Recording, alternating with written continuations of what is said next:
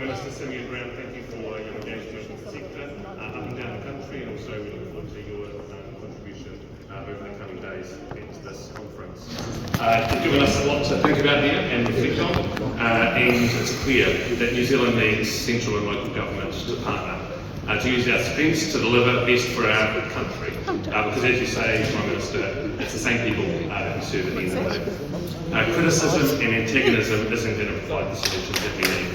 LGNZ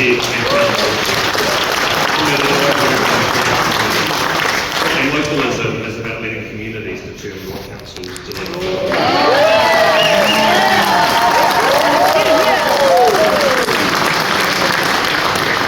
New Zealand must move to a 4-year term, and we've talked about this already, both central and local government. There's too much churn and wasted time in the system between elections, where year 1 there's a lot of setting up, year 2 we get a lot of stuff done, and year 3 you receive a call from the press that says that you're standing for election, and all of a sudden the whole atmosphere changes again. A 4-year term would double the number of productive years that New Zealand receives from its government, and we support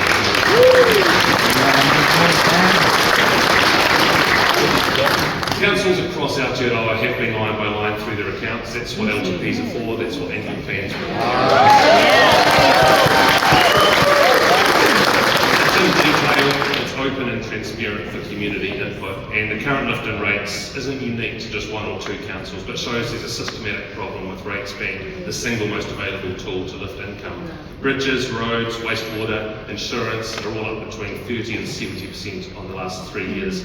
And to the basics are costing dramatically more. We need a new way of funding local government because the current system is broken.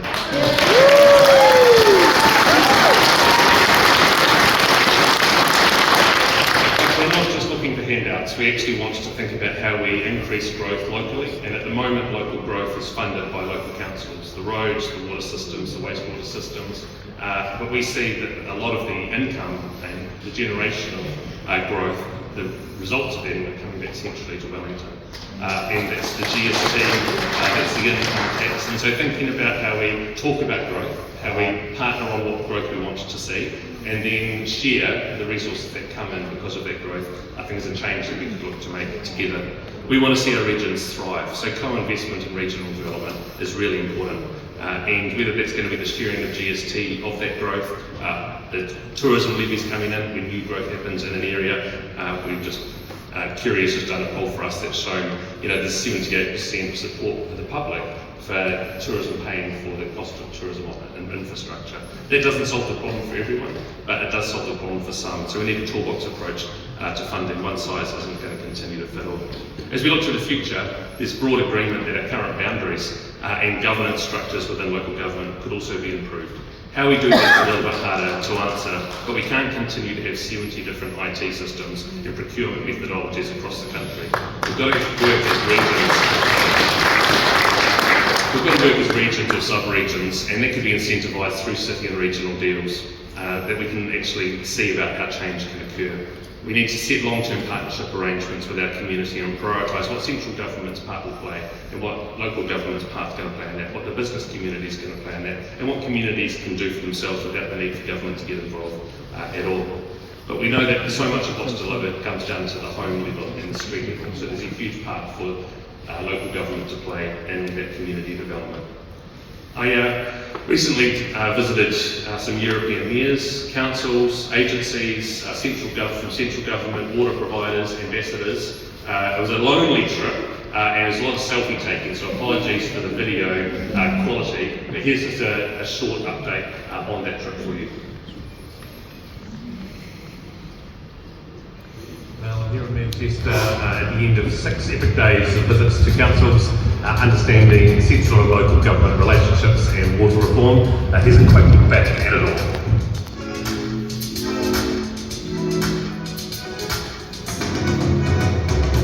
Kia ora koutou, here we go, day 1 of meetings. Started day 2 in Dublin. Here we go to Hay. This morning we're in Cardiff. It's a fun day in Manchester.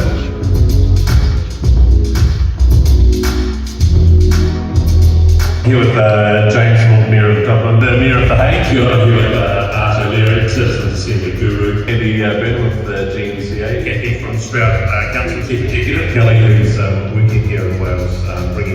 hear that. Good, I'm here at Welsh Government from Local Government Association. I'm here with John, he's the leader, also known in New Zealand as the Mayor of Birmingham City.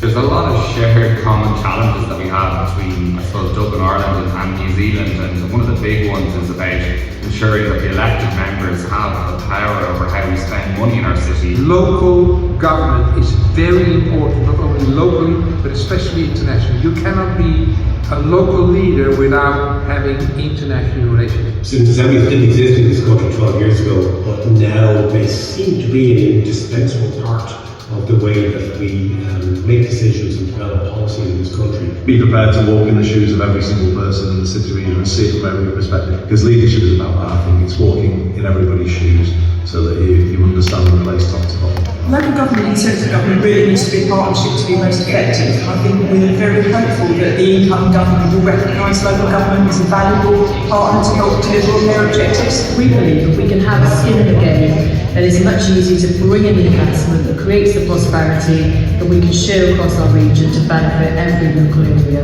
Well, we are absolutely committed to working with local government in a really close partnership. We can't do what we want to do as a government without our 22 local authorities. Local government is the backbone, I think, of any society anywhere in the world. We've got big challenges in Birmingham and the West Midlands, so we have to work across that regional footprint together with our other authorities and with them there to make sure we get the best for the people we serve.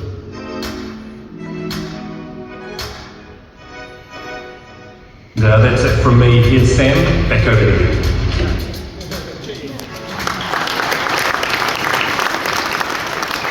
We put subtitles on there because the Mayor of Dublin, sometimes it's just yes, listen through sometimes to understand what they're saying.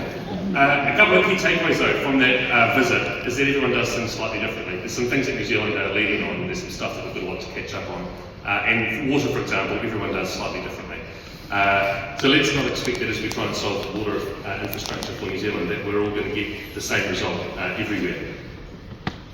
Who knows how similar our solutions are going to be. They might all end up looking quite similar, but one thing I do and continue to hear was that in England, privatisation has not solved the issue.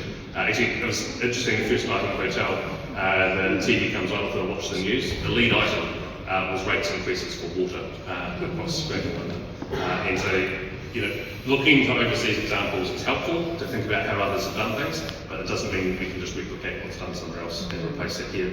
And interestingly, in The Hague, talking with them about water, they pump water to the coastline to purify it, because the best water that they've got comes from the sand dunes, from under the sand dunes. So they pump water from inland out towards the coast and just let it run through the sand dunes and then pump it back out into the city. So using naturally occurring filtration to purify their water. Finally, I want to reflect on the visits that Susan and I have been doing around the country to visit all of you. We've got a couple more councils over the coming months to visit, and we'll get those all ticked off.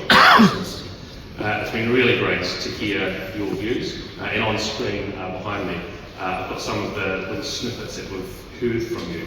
They're all different because they reflect different priorities in your places. There's huge variety about local communities' concerns and plans. And yes, we've heard a whole lot about funding pressure and sustainability, but there's so much more richness to the conversations that you're delivering locally for your communities.